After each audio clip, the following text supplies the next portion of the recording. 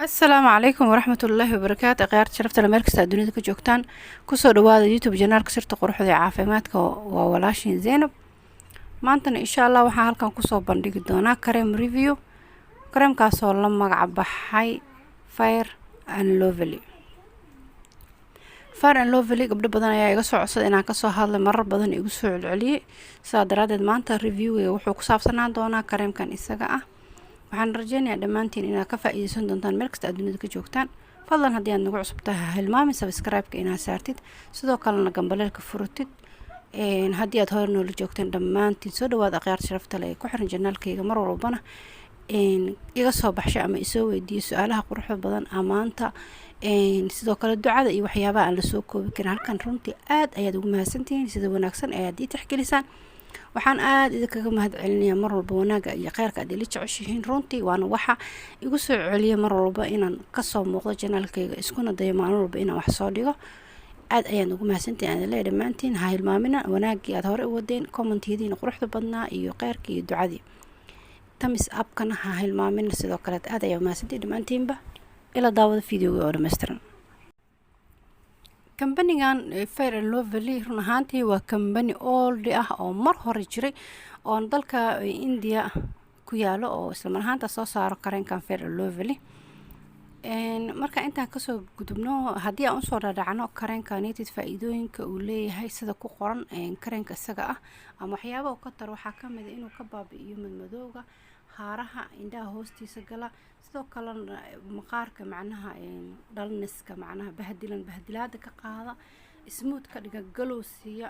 isla mar ahaantaasna midabka fura waxa ugu weyn meesha ku qoran waxa waa inuu kareenkan yahay kareen midabka fura run ahaantii dad gabdho badan oo hindiyo ka hadlayna waa arkay oo gabdhaha markay yaraayeen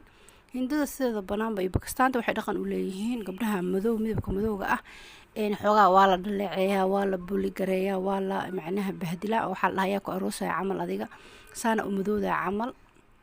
inkastoo haddaan Soomaalina anaga koobka jibinay hindi iyo Pakistan ba ka dheereena oo midabka madowga dagaal xoog leh ayaan kula jirnaa sida aad ogtiin dhammaantiin laakiin dhaqan ahaan dadka saani ahaan jireen gabdhaha waxaa lagu pressure gareyn jiray inay midabkooda furaan shirkadahana waxay ka mid tahay shirkadii u horeeyay ee loo soo saaray gabdhaha madowga ah midabkooda ugu furaan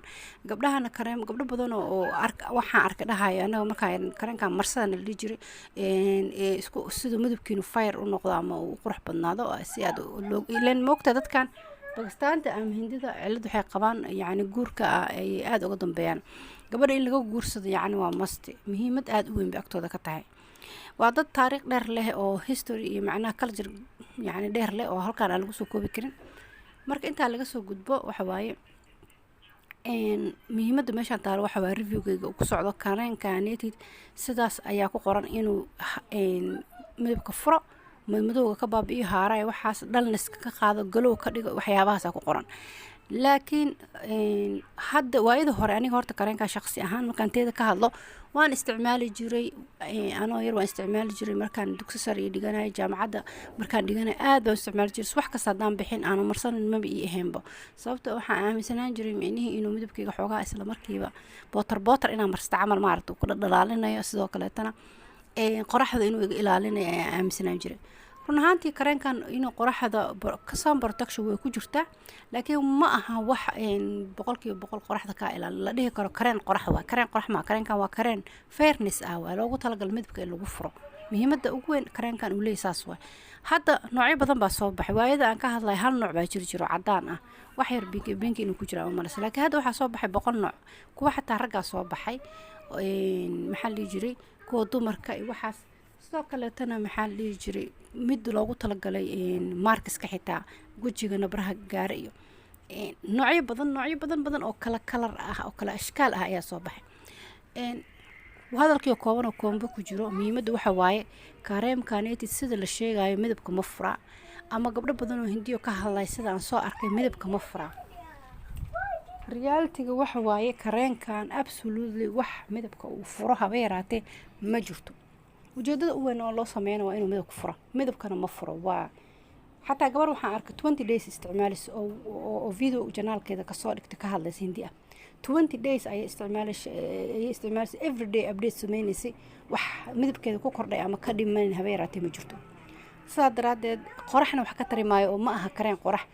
qorax way ku jirtaa laakiin waa wax aad u yar cadad aad u yar waay lamana dhihi karo qoraxday ka hor istaagi kartaa sidaa daraadeed kareenkan abaayo macaan meel kasta aad dunida ka joogtaan waxba ha isku daalinina waxna lacagtiina ha iskaga dhuminina wax uu intarayna malaha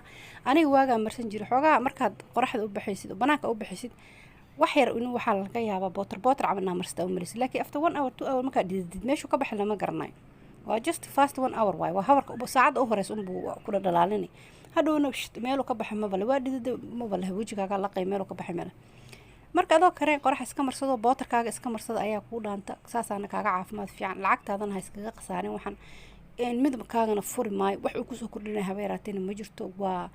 kalaam faaruq waay waxaan waxba kama jiro Fair and Lovely waa aan yareen anaga mataqaanaa waa iska jecjecleen waa marsan jirnay laakiin hadda intaan weynaaday ma jecel inaan marsado marna ma jecel inaan gato qofna kulama talin inuu gato maxaa yeelay waa lacag lumis waay lacagtaada iskaga ciyaarin adoo sali zeytuun iyo sali qumba ka gata ayaa ku dhaanta ku dhihi laa meel baad dunida ka joogtaan hadalkii koona kombo ku jiro channelkayga maanta cream review aan ka hadlay maantana intaas ayuu ku egyahay aad ayuu maasantii meel kasta dunida ka joogtaan haddii aad ka heshay fadlan maxaa la jiray channelkayga ama cream reviews aan kasoo hadlay fadlan commentiga igu soo muuji sidoo kale waxa aad jeceshahay inaan kasoo hadlo iyo waxyaabaha aan jeceshahay inaan mataqaana ka daaha kaaga qaado aan kuu dhaamo aniga inta karaankayga ah fadlan hoosta igu soo muuji waxaan inta dadaalkayga aan kusoo dadaalay inaan kaasoo jaahil bixiyo waxa alaal waxaad jeceshahay oo ku saabsan dhanka isqurxinta ama caafimaadka aad ayuu mahadsantihiin dhammaantiin meel kasta dunida ka joogtaan waxaan idin leeyahay waxaan idin rajaynayaa khayr baraka nimcada rabbi assalaamu calaykum waraxmatullaahi wabarakaatuh